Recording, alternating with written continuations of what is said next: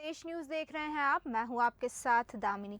गुरुर ब्रह्मा गुरुर विष्णु गुरुर्देव महेश्वर गुरुर साक्षात परम ब्रह्म तस्मै श्री गुरुवे नमः। शिक्षक के बिना हम शिक्षा को प्राप्त नहीं कर सकते। हम अपने जीवन में कितने ही बड़े और कामयाब इंसान क्यों न बन जाए, लेकिन हमें अपने शिक्षक को कभी नहीं भूलना चाहिए। शिक्षक एक पेड़ की तरह होता है जो अपने सभी विद्यार्थियों पर ज्ञान की छाव हमेशा बनाए रखता है। आज हम शिक्षक दिवस मना रहे हैं और आज के हमारे इस खास कार्यक्रम में हम बात करेंगे कि शिक्षक दिवस क्यों मनाया जाता है, शिक्षक दिवस कब से शुरू हुआ था और आज के दिन किन किन शिक्षकों को सम्मान प्राप्त किया जा रहा है। लेकिन उससे पहले देश के सभी शिक्षकों को शिक्षक दिवस की ढेर सारी शुभकामनाएं। एक शिक्षक और शिष्य के बीच में शिक्षा और ज्ञान का संबंध होता है। हमारे जीवन में शिक्षा और शिक्षक दोनों ही बहुत ज़रूरी है, क्योंकि हमारी ज़िंदगी को संवारने में हमारे माता पिता के बाद इनकी भूमिका सबसे अहम होती है। जिस तरह से हमारे माता पिता ही हमारे भगवान होते हैं, उसी प्रकार से हमारे गुरु में भी ईश्वर का वास होता है। क्योंकि ये भी सच है कि बिना शिक्षक के हमें शिक्षा और ज्ञान नहीं मिल सकता। कहते हैं कि समय से बड़ा गुरु कोई नहीं होता, क्योंकि देर से ही सही मगर समय हमें सब कुछ सिखा देता है। लेकिन मैं मानती हूँ कि हम सीखने में देर ही क्यों करें, क्यों न समय रहते ही हम अपने गुरु या शिक्षक से शिष्य के रूप में पहले से ही वो सब सीख ले और ज्ञान प्राप्त क्यों न करें, जिससे बाद में होने वाली परेशानियों से बचा जा सके। क्योंकि वो एक शिक्षक ही होता है जो हमें सिखाता है कि मुश्किल चीज़ों का सामना कैसे करना चाहिए। आइए आपको बताते हैं शिक्षक दिवस के इतिहास के बारे में कि आखिर शिक्षक दिवस क्यों मनाया जाता है। आज हमारे पूर्व उपराष्ट्रपति और पूर्व राष्ट्रपति डॉक्टर सर्वपल्ली राधाकृष्णन का भी जन्मदिन है, जिनकी याद में हम सभी शिक्षक दिवस मनाते हैं। डॉक्टर सर्वपल्ली राधाकृष्णन ने भी कहा है कि पूरी दुनिया एक विद्यालय है जहां हम कुछ न कुछ नया सीखते हैं। हमारे शिक्षक हमें केवल पढ़ाते ही नहीं हैं, बल्कि हमें अच्छे और बुरे के बीच का फर्क भी समझाते हैं।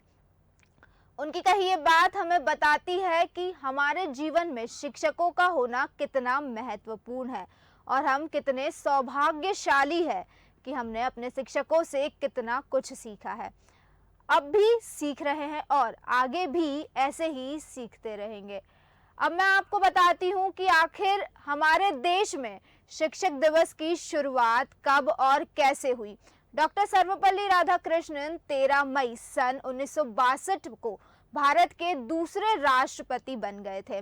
इसी वर्ष 5 सितंबर को उनके जन्मदिन की खुशी के मौके पर उनके कुछ साथियों और छात्रों ने राधाकृष्ण से उनका जन्मदिन मनाने के लिए कहा। तो राष्ट्रपति जी ने उनसे कहा कि अगर आप मेरा जन्मदिन शिक्षकों के सम्मान के लिए शिक्षक दिवस के रूप में मनाएंगे तो मुझे आप सभी पर बहुत गर्व होगा। राष्ट्रपति डॉक्टर सर्वपल्ली राधाकृष्णन ने इस मौके पर इस नेक विचार का सभी ने सम्मान किया और हर साल 5 सितंबर को शिक्षक दिवस के रूप में मनाने का फैसला किया। वहीं आपको बता दें, प्रधानमंत्री नरेंद्र मोदी ने शिक्षक दिवस के अवसर पर आज राष्ट्र निर्माण में शिक्षकों के योगदान को सलाम किया और पूर्व राष्ट्रपति सर्वपल्ली राधाकृष्णन को श्रद्धांजलि अर्पित की। साथ ही प्रधानमंत्री नरेंद्र मोदी ने सोशल मीडिया मंच एक्स, जो कि पहले ट्विटर था, उस पर एक पोस्ट जारी कर कहा, शिक्षक हमारे भविष्य और प्रेरणादायक सपनों को गढ़ने में महत्वपूर्ण भूमिका निभाते हैं। प्रधानमंत्री ने इसके साथ ही एक वीडियो भी साझा किया है, जो सोमवार को राष्ट्रीय शिक्षक पुरस्कार के विजेताओं से उनके संवाद से संबंधित है। आइए आपको सुनाते हैं कि प्रधानमंत्री नरेंद्र मोदी ने क्या कहा। माँ जन्म देती है, गुरु जीवन देता है और इसलिए आप लोगों का दायित्व तो थोड़ा ज्यादा ही होता है। देश अब चल नहीं रहा है, देश दौड़ नहीं रहा है, देश उड़ रहा है। कभी कभी आप लोगों का फ्री पीरियड होता है ना, है? आज अपना फ्री पीरियड हो जाएगा। सिलेबस के बाहर ही करेंगे। सबसे पहले तो आप सबका स्वागत है, क्योंकि हमारे यहाँ कहा जाता है कि जब अतिथि आपके घर आते हैं और अतिथि की चरण रज जब आपके घर में पड़ती है तो ईश्वर का रूप होती है। तो आप मेरे यहाँ मेहमान हैं और आपकी चरण रज आज मेरे घर में आई है, तो मैं बहुत भाग्यशाली हूँ। तो उससे इसलिए आप सबका यहाँ आने के लिए बहुत बहुत धन्यवाद। आपको बता दें, प्रधानमंत्री नरेंद्र मोदी ने शिक्षक दिवस की पूर्व संध्या को राष्ट्रीय शिक्षक पुरस्कार विजेताओं से बातचीत की और युवाओं को गढ़ने में उनके योगदान की सराहना की। पुरस्कार विजेताओं के साथ प्रधानमंत्री आवास पर हुए संवाद के दौरान शिक्षा मंत्री धर्मेंद्र प्रधान भी मौजूद थे। प्रधानमंत्री कार्यालय की ओर से जारी एक बयान के मुताबिक मोदी ने जमीनी स्तर पर उपलब्धि हासिल करने वालों की सफलता के बारे में बच्चों को शिक्षित करके उन्हें प्रेरित करने के महत्व पर जोर दिया। आपको बता दें, देश भर से कुल 75 शिक्षकों को इस पुरस्कार के लिए चुना गया है। राष्ट्रपति द्रौपदी मुर्मू मंगलवार को एक समारोह में इन शिक्षकों को सम्मानित करेगी। इन विजेताओं में स्कूल के 50 शिक्षक, उच्च शिक्षा संस्था के 13 शिक्षक और कौशल विकास और उद्यमिता मंत्रालय के 12 शिक्षक शामिल है। तो शिक्षक दिवस के इस खास अवसर पर प्रधानमंत्री नरेंद्र मोदी ने इन सभी शिक्षकों के साथ संवाद किया। और अब आपको बता दें कि आज के दिन इन सभी राष्ट्रीय पुरस्कार विजेताओं को द्रौपदी मुर्मू सम्मानित करेगी, जिसमें स्कूल के 50 शिक्षक, उच्च शिक्षा संस्थानों के 13 शिक्षक और कौशल विकास के उद्यमिता के मंत्रालय के 12 शिक्षक शामिल है। वहीं अधिक जानकारी के लिए हमारे साथ फोन लाइन पर जुड़ चुके हैं माखनलाल चतुर्वेदी यूनिवर्सिटी के इलेक्ट्रॉनिक मीडिया डिपार्टमेंट के एचओडी संजीव गुप्ता जी। संजीव जी, देश न्यूज में बहुत बहुत स्वागत है आपका। नमस्कार संजीव जी, सबसे पहले तो आपको शिक्षक दिवस की ढेर सारी शुभकामनाएं। धन्यवाद। देश के सभी शिक्षकों को और उनके प्रिय विद्यार्थियों को भी आज के दिन की बहुत बहुत हार्दिक शुभकामनाएं, बधाइयां। संजीव जी, मेरा पहला सवाल आपसे ये है कि जैसे कि डॉक्टर सर्वपल्ली राधाकृष्णन की याद में ये शिक्षक दिवस मनाया जाता है, शिक्षक दिवस उनको समर्पित है, क्या वर्तमान में इस तरह का कोई शिक्षक होगा जो डॉक्टर सर्वपल्ली राधाकृष्णन की तरह हो?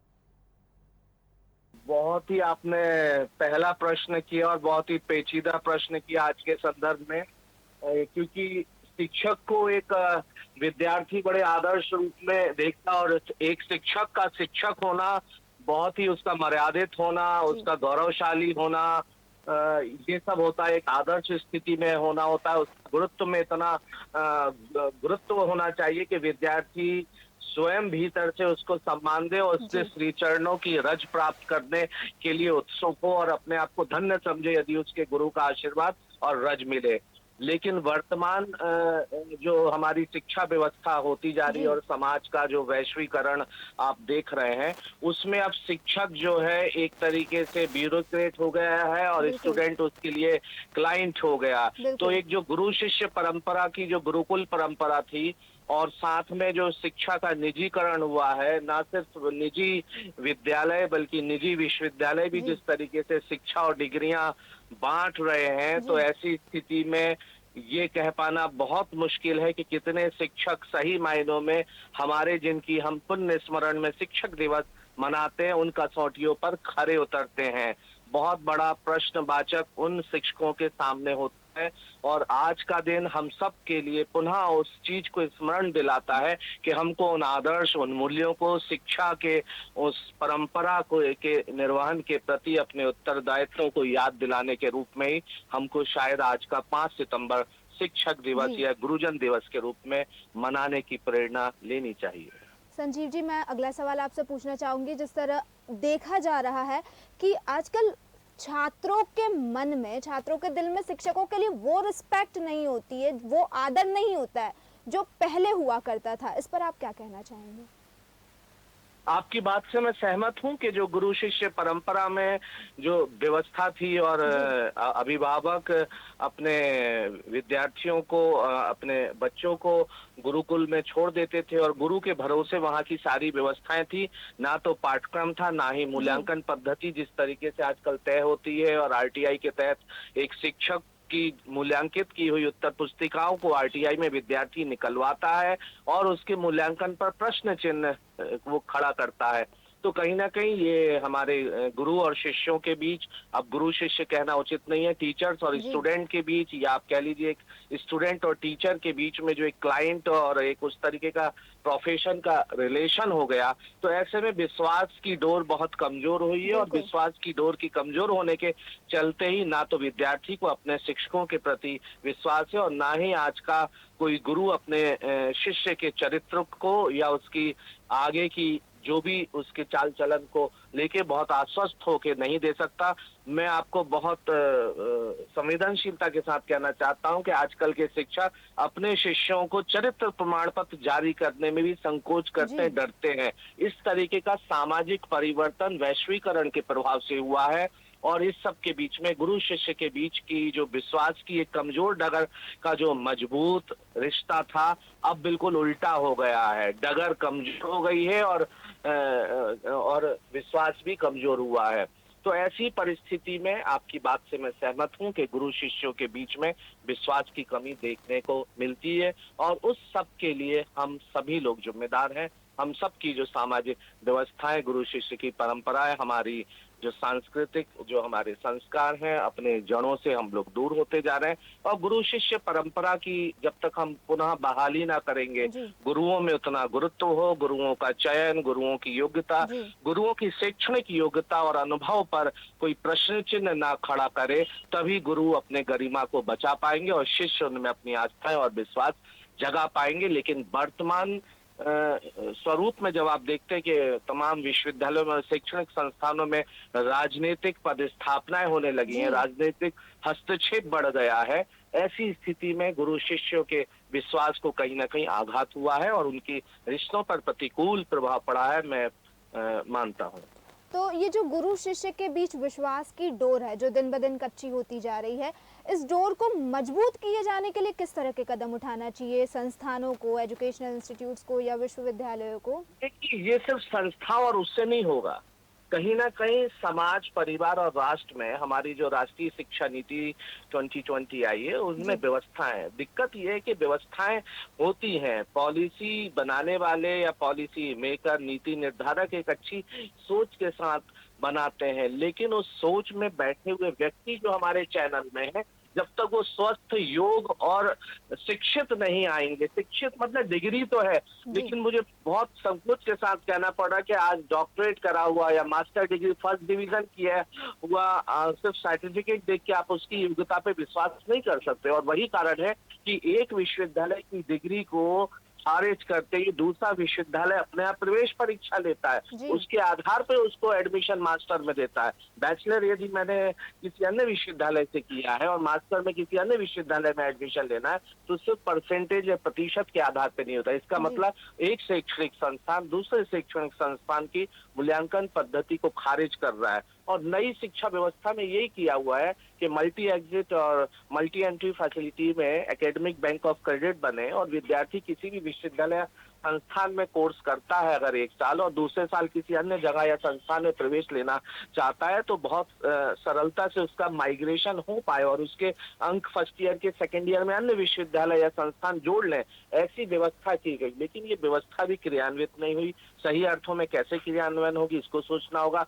हर शैक्षणिक संस्थान का अपना मूल्यांकन का स्तर है। यदि कोई आईआईटी मुंबई से फर्स्ट ईयर करके आता है और मध्य प्रदेश के किसी विश्वविद्यालय में प्रवेश करता है, तो उसका एकेडमिक बैंक क्या होगा? या मध्य प्रदेश के किसी निजी विश्वविद्यालय का विद्यार्थी क्या आईआईटी मुंबई, आईआईटी दिल्ली में सेकेंड ईयर या थर्ड ईयर में उसके बीटेक में एडमिशन दिया जाएगा?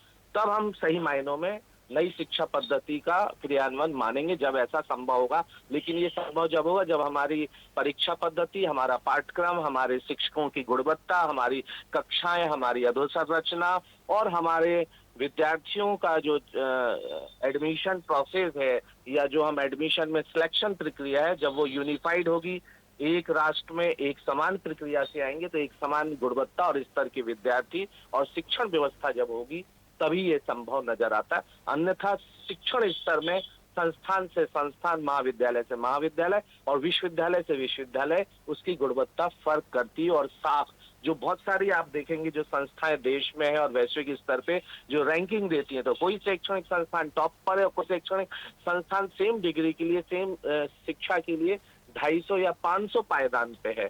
तो कहीं ना कहीं जब तक ये जो ग्रेडेशन है या ग्रेडिंग पद्धति है, इसमें अगर हम सारी शैक्षणिक संस्थाओं को नहीं एक समान लाइन पर ले पाएंगे, तब तक ये सुनिश्चित करना कठिन होगा। ठीक है संजीव जी, एक आखिरी सवाल पूछूंगी मैं आपसे जल्दी से कि आज का दिन आपके लिए कैसे अलग है? मतलब शिक्षक की भूमिका में तो आप हर रोज होते हैं, लेकिन शिक्षक दिवस का दिन बाकी दिनों से कैसे अलग है? बहुत ही कम समय में आप इसका जवाब दे दीजिए, हमारे पास समय की कमी है।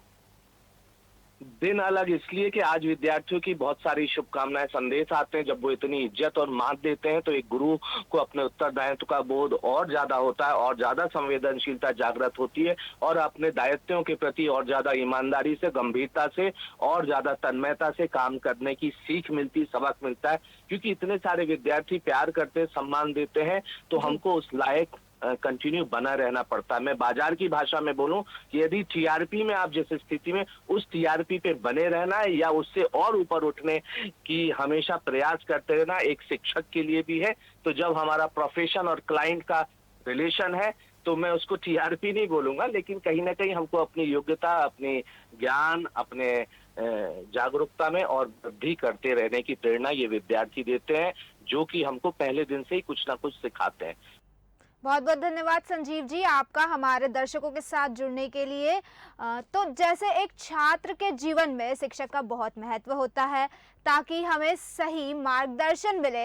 हम अपने शिक्षक का साथ छोड़ सकते हैं, लेकिन हमारे शिक्षक हमारा साथ कभी नहीं छोड़ सकते। आज के हमारे खास कार्यक्रम में बस इतना ही। एक बार फिर देश के सभी शिक्षकों को और छात्रों को शिक्षक दिवस की ढेर सारी शुभकामनाएं। नमस्कार।